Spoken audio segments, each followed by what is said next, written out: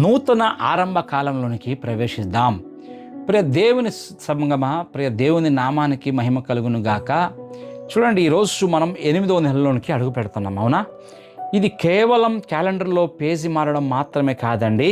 మన ఆత్మీయ జీవితంలో దేవుడు నియమించిన ఒక నూతన ఆరంభం అని చెప్పడానికి ఇష్టపడుతున్నాను. ప్రియ దేవుని సంగమా, చూడండి, బైబిల్ గ్రంథంలో సంఖ్యకు చాలా ప్రాముఖ్యత ఉందండి.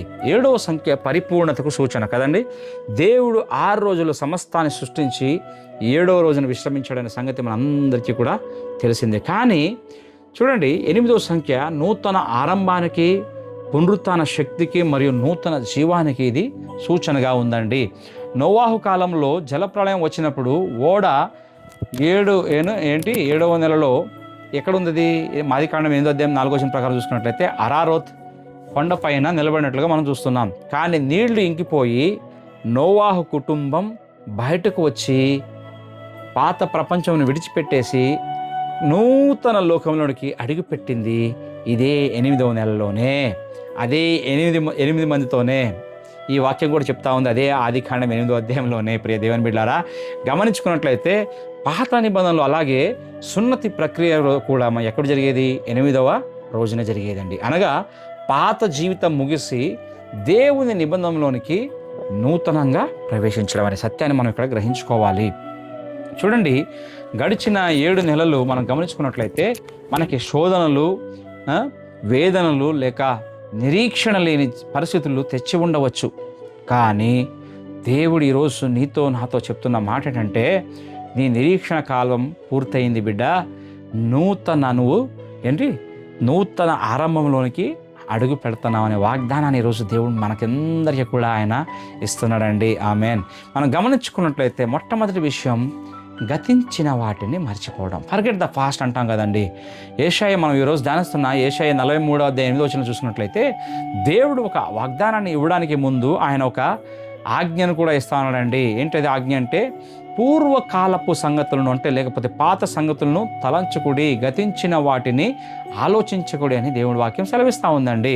చూడండి, మనలో చాలామంది దేవుడిచ్చే కొత్త ఆశీర్వాదాలను పొందుకోపోవడానికి గల కారణం ఏంటో తెలుసా? ఈరోజు ఇంకా గతంలోనే జీవించడమే దానికి ప్రాముఖ్యమైన కారణం అనే సత్యాన్ని ఈరోజు గ్రహించుకుందాం. ప్రేమ దేవుని సంగమా, చూడండి, గత ఓటములు మరియు గాయాలు గమనించినట్లయితే గడిచిన 7 నెలల్లో జరిగిన పొరపాట్లు కావచ్చు, చేదు అనుభవాలు కావచ్చు, లేక ఇతరులు మనల్ని మోసం చేసిన విషయాలు ఏం చేయాలి?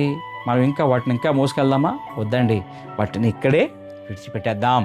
చూడండి, అంత మాత్రం కాదండి, మనస్తాపం నుండి కూడా మనం విడుదలను పొందుకుందామండి. పుస్తకంలో ఒక పాత పేజీ తిప్పితేనేమొస్తుంది? కొత్త పేజీని మనం చదవడానికి సాధ్యమవుతుందండి. అదే రీతిగా దేవుడు మన జీవితంలో కొత్త అధ్యాయం రాస్తూ ఉంటే మనం ఇంకా పాత పేజీలనే పట్టుకుని ఏడుస్తూ ఉంటే ఏం ఉపయోగం అండి?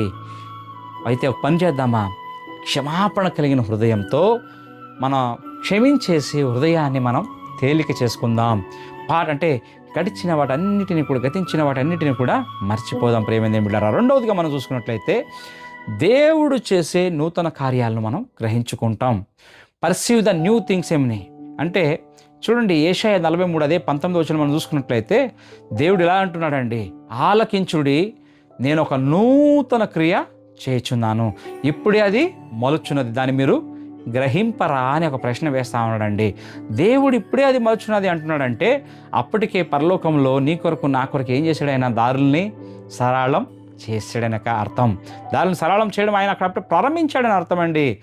అరణ్యంలో త్రోవ అంటున్నాడు. ఇంకో విషయం చూసుకున్నట్లయితే నీ ఉద్యోగంలో, మన కుటుంబంలో లేక ఆర్థిక పరిస్థితుల్లో ఏమీ లేదు, అంతా ముగిసిపోయింది, అంతా అయిపోయింది అనుకున్న చోటే దేవుడు కొత్త మార్గాన్ని తెరిచేవాడుగా ఉన్నాడు. ప్రియ దేవుని సంగమా, ఎడారిలో దారులు కూడా అంటున్నాడండి. చూడండి, ఎడారిలో దారులు, అరణ్యంలో త్రోవ, ఎడారిలో ఏర్లు, నీటి ప్రవాహాలు అంటున్నాడు.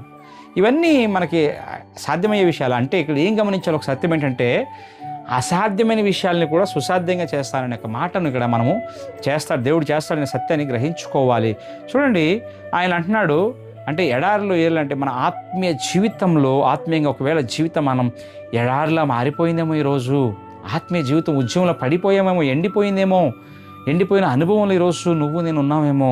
గమనించినట్లయితే దేవుడు ఒకవేళ అలాంటి పరిస్థితుల్లో ఉంటే దేవుడు తన పరిశుద్ధాత్మ ద్వారా ఏం చేస్తున్నాడు? ఆయన నూతన ప్రవాహాన్ని మనందరి జీవితంలో మరలా ఉజ్జీవింపజేస్తామన్నాడండి. దేవునికి మహిమ కలుగునుగాక. ప్రతికూలతలను చూసి భయపడవద్దు. ప్రతికూలను చూసి భయపడేది ఆప్ చేసి దేవుని శక్తి వైపు చూద్దాం. విశ్వాస నేత్రాలతో, నమ్మకంతో దేవుడు చేయబోయే కార్యాలని మనం గ్రహించుకుందాం. మూడవదిగా చూసుకున్నట్లయితే విశ్వాసంతో ముందుకు సాగుదామండి. చూడండి, అంటే వాక్ ఇన్ ఫెయిత్ అంటాం కదండి ప్రియమైన దేవుని బిడ్డలారా. గమనించినట్లయితే ఈ 8వ నెలలో మనం కేవలం నిరీక్షించడం మాత్రమే కాదు, విశ్వాసంతో అడుగులు వేద్దామండి. ప్రియమైన దేవుని సంగమా, మన ఆలోచన మొట్టమొదటి దాంట్లో ఏం చేయాలంటే ఆలోచన విధానాన్ని మార్చుకుందాం. నా వల్ల కాదు అనే మాట స్థానంలో మనం ఏం చేయాలి? నన్ను బలపరచు క్రీస్తునందే నేను సమస్తాన్ని కూడా చేయగలనని ఒక మాటను పలికే వ్యక్తిగా మన జీవితాలు ఈరోజు మనం నేర్చుకుందాం. ఆ విధంగా మనం జీవిద్దాం. రెండోదిగా చూసుకున్నట్లయితే నోటి మాటను కాపాడుకుందామండి. ఈ నెలంతటా కూడా మన కుటుంబం మీద, ఆరోగ్యం మీద, మన పిల్లల భవిష్యత్తు మీద ప్రతికూల ఒక నకారాత్మకమైన మాటలు మాట్లాడకుండా ఆశీర్వాదకరమైన మాటల్ని మనము మాట్లాడదాం ప్రియమైన దేవులారా. మూడోదిగా చూసుకున్నట్లయితే క్రియల్లో కూడా విశ్వాసాన్ని మనం చూపే వ్యక్తులుగా ఉందాం. దేవుడు మన హృదయ ఆలోచనలో ఏదైనా నూతన తీర్మానం లేదా ప్రణాళిక వేస్తే భయం లేకుండా అడుగులు మనం ముందుకు వేయడం నేర్చుకుందామండి.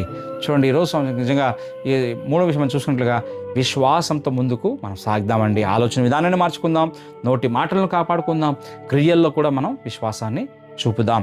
మన జీవితాల్లో ఏది ఇరిగిపోయిందో, ఏది అయిపోయిందో దాన్ని మళ్ళీ బాగు చేసి నూతనంగా ప్రారంభించడానికి 8వ నెల ఒక దివ్యమైన సమయంగా ఈ 31 రోజులు కూడా దేవుని కృప మనకు ఖచ్చితంగా తోడై ఉంటుందని నమ్ముచున్నానండి. అయితే చెప్దామైతే దేవునితో, దేవుని పరిశుద్ధమైన తండ్రి, ఆయన మా ప్రేమగల పరలోకపు తండ్రి, ఈ నూతనమైన ఈ 8వ నెలలోనికి మమ్మల్ని సజీవంగా ప్రవేశపెట్టినందుకు నీకు స్తోత్రాలు చెప్దాం. ఆయనకి స్తోత్రాలు చెల్లించుకుందామా, వందనాలు చెప్దామా. ప్రభువా, గడిచిన నెలల్లో మేము ఎదుర్కొన్న సమస్త గాయాలను, ఓటములను, భయాలను ఎక్కడ వదిలిపెడదాం? ఆయన పాదాల దగ్గర, నీ పాదాల దగ్గర అప్పచెప్పేస్తున్నామని చెప్దామా. ఈ 8వ నెలలోని నీవు మాకు వాగ్దానం చేసిన ఈ నూతన ఆరంభాలను మేము విశ్వాసంతో స్వీకరిస్తున్నామని చెప్దామా ధైర్యంగా. ప్రేమ దేవుని సంగమా, అంత మాత్రమే కాదు, ఇంకా ముందు మనం చెప్పినట్టు చూసినట్లయితే ఈ మా అరణ్యం లాంటి పరిస్థితుల్లో త్రోవలు మీరే మాకు సృష్టించే దేవుడైనా మేము నమ్ముచున్నామని చెప్దామా. మా ఎడారి లాంటి జీవితాల్లో నీ జీవజల నదులను నీవు పారించేవాడుగా ఉన్నామని చెప్దామా. మా కుటుంబాలను, మా చేతి పనులను, మా ఆత్మీయ జీవితాన్ని ఖచ్చితంగా నీవు ఈ నెలలో ఆశీర్వదించబోతున్నావని ధైర్యంగా, నమ్మకంతో ఆయన ముందు మనం ఒప్పుకుందామా. ఈ నెలంతా కూడా నీ దాగు చోటులో, నీ భద్రతలో మమ్మల్ని భద్రపరచమని, అంతమాత్రం కాకుండా నూతన కృపలో మమ్మల్ని నింపుమని ఆ యేసుక్రీస్తు నామములో మనం ధైర్యంగా ఒప్పుకున్నట్లయితే ఖచ్చితంగా దేవుడి ఈ నెలలో అద్భుత కార్యాలను, నూతన ఆరంభాలను, నూతన కార్యాలు మన జీవితంలో చేయడానికి సాధ్యమండి. దేవుడు ఆ విధంగా మన అందరి జీవితాల్లో చేసి ముగించునుగాక. దేవుడు మనల్ని ఆశీర్వదించునుగాక. ఆమేన్, ఆమేన్, ఆమేన్.